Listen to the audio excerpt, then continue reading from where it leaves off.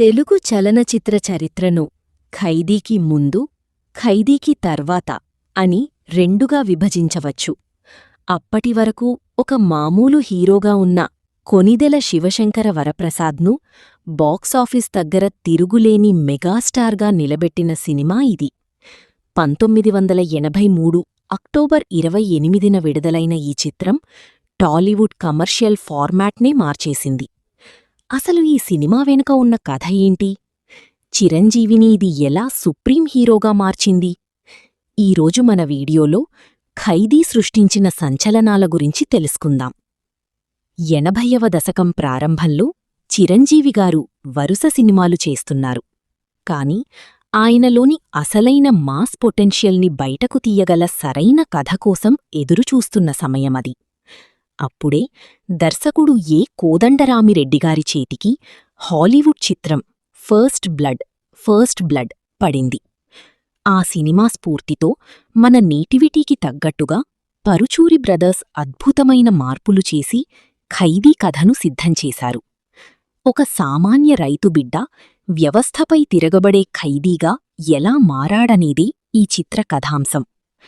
అప్పట్లో ఈ cinema budget కేవలం 20-25 లక్షలలోపే. అంటే మీరు నమ్ముతారా? ఈ సినిమాలో చిరంజీవిగారి బాడీ లాంగ్వేజ్ ఒక తుపాకీ నుంచి దూసుకొచ్చిన బుల్లెట్లా ఉంటుంది.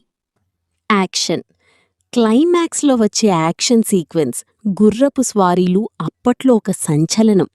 ఎటువంటి డూప్ లేకుండా చిరంజీవిగారు చేసిన స్టంట్స్ చూసి ప్రేక్షకులు ఫిదా అయిపోయారు. డాన్స్ రగులుతుంది పాట గుర్తుంది కదా? ఆ పాటలో ఆయన వేసిన స్టెప్పులు, గ్రేస్ చూసి యూత్ వెర్రెక్కిపోయారు. తెలుగు సినిమాలో డాన్స్కు ఒక కొత్త నిర్వచనమిచ్చారు చిరు. డైలాగ్స్ నేను చేసిన తప్పు ఒక్కటే, నిన్ను ప్రాణాలతో వదిలేయడం. ఇలాంటి పరుచూరి మార్కు డైలాగ్లు థియేటర్లలో ఈలలు వేయించాయి. అప్పట్లో ఈ సినిమా సాధించిన వసూళ్లు ఇప్పటి లెక్కల్లో 100 కోట్లతో సమానం. ఈ సినిమా మద్రాసులో, చెన్నై ఒకే థియేటర్లో ఏడాదిపాటు ఆడింది. నైజాం ఏరియాలో అప్పట్లోని అత్యధిక వసూళ్లు రాబట్టిన చిత్రంగా రికార్డు సృష్టించింది. కేవలం తెలుగులోనే కాదు, హిందీలో కూడా ఈ సినిమాను రీమేక్ చేశారు.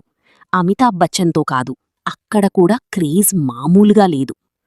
ముఖ్యంగా ఖైదీ తర్వాతే చిరంజీవిగారి రెమ్యూనరేషన్ అమాంతం పెరిగిపోయింది. ఆయన టాలీవుడ్ నంబర్ 1 రేసులోకి దూసుకెళ్లారు. ఖైదీ కేవలం ఒక సినిమా మాత్రమే కాదు, అదొక చరిత్ర. ఒక నటుడి కష్టం, ఒక దర్శకుడి విజన్, ఒక రచయిత కలం కలిస్తే ఎలాంటి అద్భుతం జరుగుతుందో చెప్పడానికి ఈ సినిమాని నిదర్శనం. నేటికీ ఖైదీ సినిమా టీవీలో వస్తుందంటే ఛానల్ మార్చకుండా చూసే ప్రేక్షకులు కోట్లల్లో ఉన్నారు.